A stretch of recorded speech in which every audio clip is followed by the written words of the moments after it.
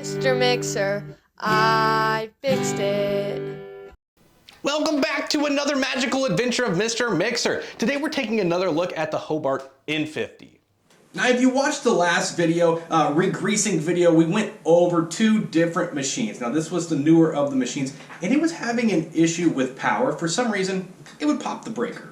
Now, when a breaker pops, you're thinking something electrical. Maybe a short, maybe a failed electronic component. Which is why we have the gear shifter and the switch removed. You know, I was thinking maybe it's a switch in the short. We took a little look at that, we tested it. There, in fact, was no short in the switch. I spent a lot of time with this machine. It took me a long time to really nail it down, and that's because it wasn't electronic at all in nature. So I'm gonna go ahead, I'm gonna throw this switch back together real quick, and I'm gonna show you where the real issue lied. All right, as you can see, I got this put back together right where the shifter's in place. It's shifting just fine. Now this is the breaker right here that it was blowing. It has a built-in breaker. Now take a look at what's happening here. We're in first speed. We're gonna go ahead and turn that on. As you can tell, we do have the machine plugged in. Now this is the issue, right? So we got the breaker right here. We have it in first speed. Let's turn it on. It's gonna start spinning, but eventually,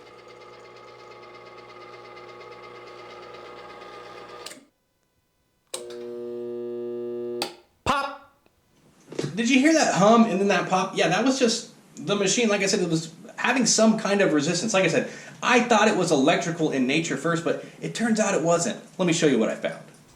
now to show you the root cause here, we're actually gonna have to take this back cap off. It's just two Phillips head screws, so let's hop to it. You know, my teachers always told me if all I did in life was screw around, it wasn't gonna get me anywhere. Well, look at me now, Miss Teacher Lady. Look at me now. So now that we have those screws removed, we can just go ahead and remove this back cap here. Now, I'm gonna go ahead and unplug the machine real quick, and we'll show you what's going on. Okay, that machine is unplugged, but I do have a few wires I need to disconnect here so that I can remove this back cap. Really, this is just the back cap. It's holding on the power cord right here. So we're gonna have two wire nuts that we need to go ahead and remove, and then there's one ground screw right there that we're gonna have to take out as well.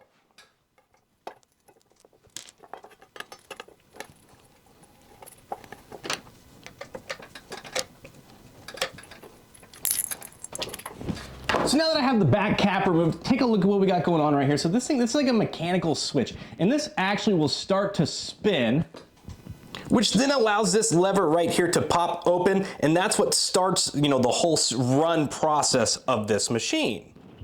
Now this right here should be free spinning, but if you take a look, I'm pushing as hard as I can, and I can barely get that to turn.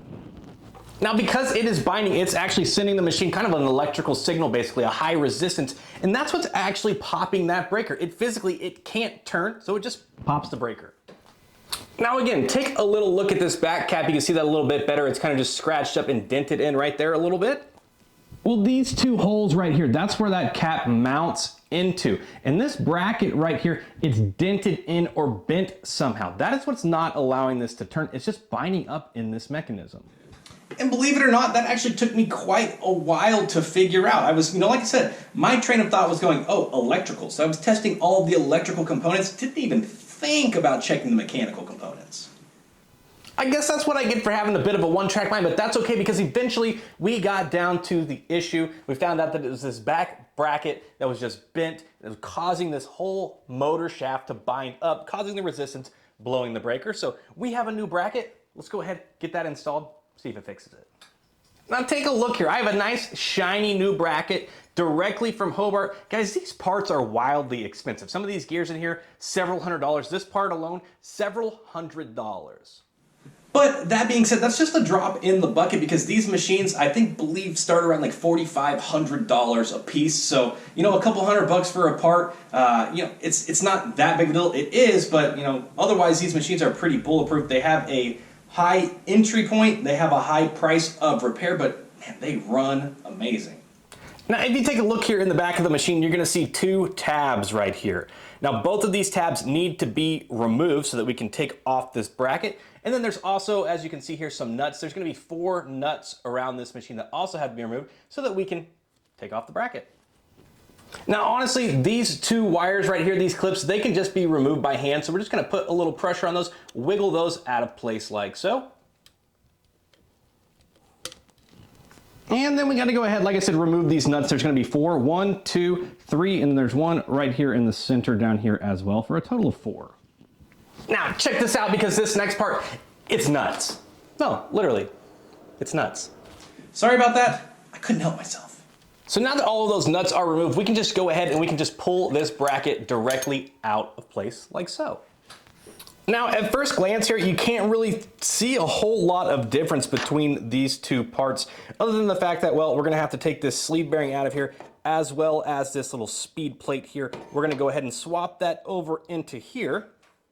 Now, the real reason I think it was binding, if you take a look at this tab right here, it's just bent down just a little bit, as opposed to that one, it's a lot more just flat and level right there.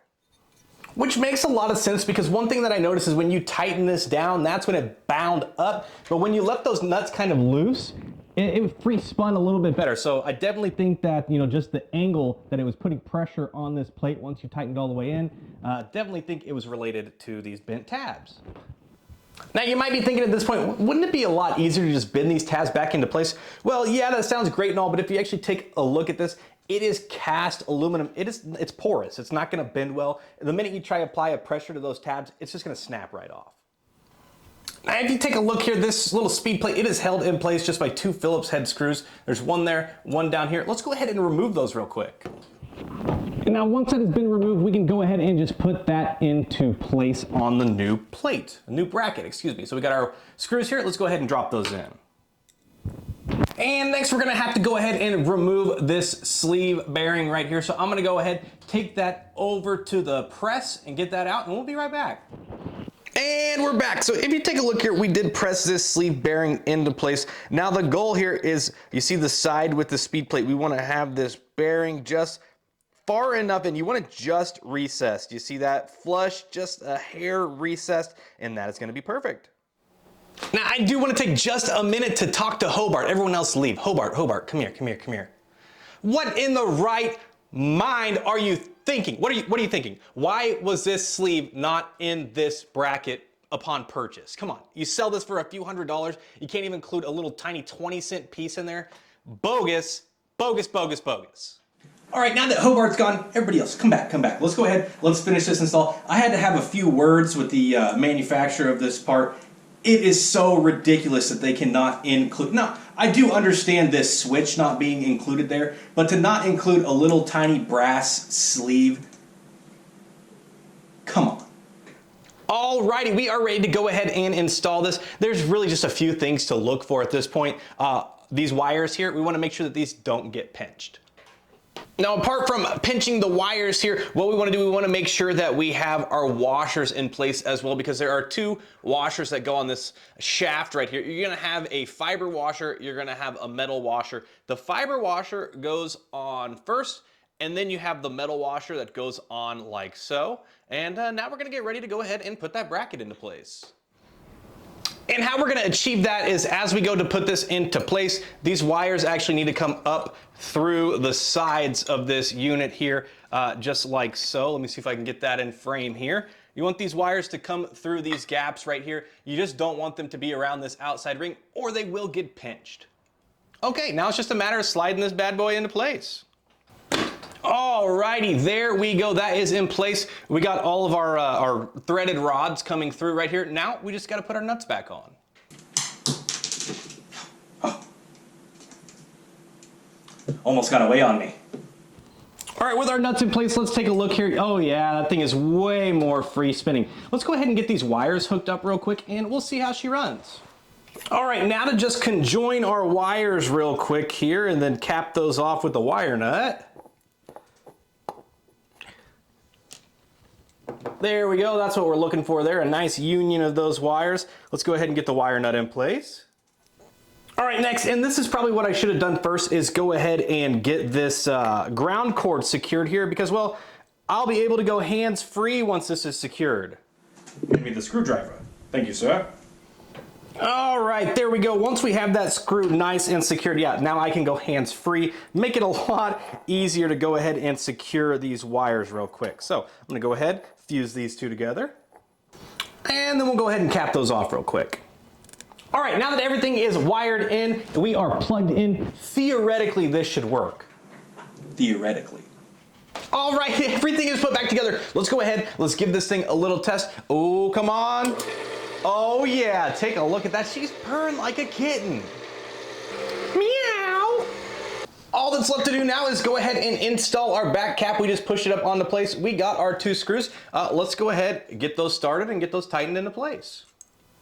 Alrighty, that concludes this repair, the replacement of the rear bracket. Now, here are just a few tips for you. One, like I said, these parts are expensive. When you buy this bracket, it just comes like this. It does not have the speed plate on there. It doesn't even have this little sleeve bearing here that goes in the middle. So I had to take that out of the old machine. Like I said, you saw, put it into this machine. You might want to consider ordering those as a pair so that when you're getting a new bracket, you're also getting a new bearing sleeve there. It just kind of makes sense to do that. The speed plate, you know, if there's not a problem with it, that's definitely interchangeable because, well, that part is pretty expensive. I think that's another couple $100 bucks. But either way, that repair was pretty straightforward. Now, if you have one of these machines at home, like I said, we can service these. You can send these into us. It's a lot cheaper than replacing. They're about 4,500 bucks. If you do want to do the DIY route though, like I said, we do have some videos on these. We have a full disassembly, degrease, regrease video, how to change power cord and things like that on the N50 model. We will link those at the end of this video. Now, as always, if you benefited from this video, if you enjoyed it, make sure to like and subscribe. And well, if you have a KitchenAid or a Model N50 at home, check out our website, mrmixer.store. We are your one-stop shop for all of your KitchenAid mixer needs. Like I said, we do not stock the parts on these N50s, but we can repair them. We can order the parts, so no problem there. And the last thing we're gonna say here is thank you for sticking around. I appreciate it. It's wonderful to see your beautiful faces, and we'll see you next time.